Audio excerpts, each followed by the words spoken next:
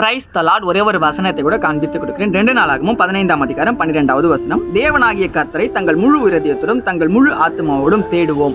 இன்னைக்கு ஆண்டவர் நம்மளை பார்த்து சொல்றாரு, மகனே மகளே, நீங்க என்ன முழு உள்ளத்தோட முழு ஆத்மாவோட தேடணும்னு சொல்றாருங்க. நீ நம்ம ஏசப்பா முழு உள்ளத்தோட தேடுறோமா? கொஞ்சம் யோசிச்சு பாருங்களேன். நமக்கு வேலை இருக்கு, நமக்கு ஸ்கூல் போறோம், காலேஜ் போறோம், நமக்கு டைமே இல்லை பைபிள் படிக்கிறதுக்கு, ப்ரேயர் பண்றதுக்கும் டைமே இல்லை. காலைல போனா சாயந்தரம் தான் வீட்டுக்கு வரோம். என்ன பண்றது? அப்படிப்பட்ட நேரத்துல நம்ம இருக்கிறதுனால ஏசப்பாக்கு நமக்கு நேரத்தை கொடுக்காம நம்ம என்ன பண்றோம்? உலகபரமான காரியத்துக்கு தான் நிறைய நேரத்தை கொடுக்குறோம். ஆனா இன்னைக்கு ஆண்டவர் நம்மளை பார்த்து சொல்றாரு, மகனே மகளே, உன் லைஃப்ல எவ்வளோ காரியத்தை என்கிட்ட எதிர்பார்க்குறேன், நடக்குமா நடக்காத டவுட்ல இருக்கிய, நீ என்ன உண்மையா தேடுறியான்னு சொல்லி இன்னைக்கு ஆண்டவர் நம்மளை பார்த்தாங்க சொல்றாரு. ஏதோ ஞாயிற்றுக்கிழமை மட்டும் சர்ச்சுக்கு போயிட்டு நான் ஞாயிற்றுக்கிழமை கிறிஸ்டின் மட்டும் காமிச்சா மட்டும் போதுமா? நீ முழு நேரமும் முழு உள்ளத்தோட எல்லா நேரமும் எனக்கு நீ கொடுக்க வேண்டிய நேரத்தை கொடுன்னு சொல்லி இன்னைக்கு ஆண்டவர் நம்மளை பார்த்து சொல்றாரு. இன்னைக்கு எத்தனை பேர் நீங்க வீட்டு விட்டு வெளியே போகும்போது ப்ரேயர் பண்ணாம போறீங்க, பைபிள் படிக்காம போறீங்க? கொஞ்சம் யோசிச்சு பாருங்க.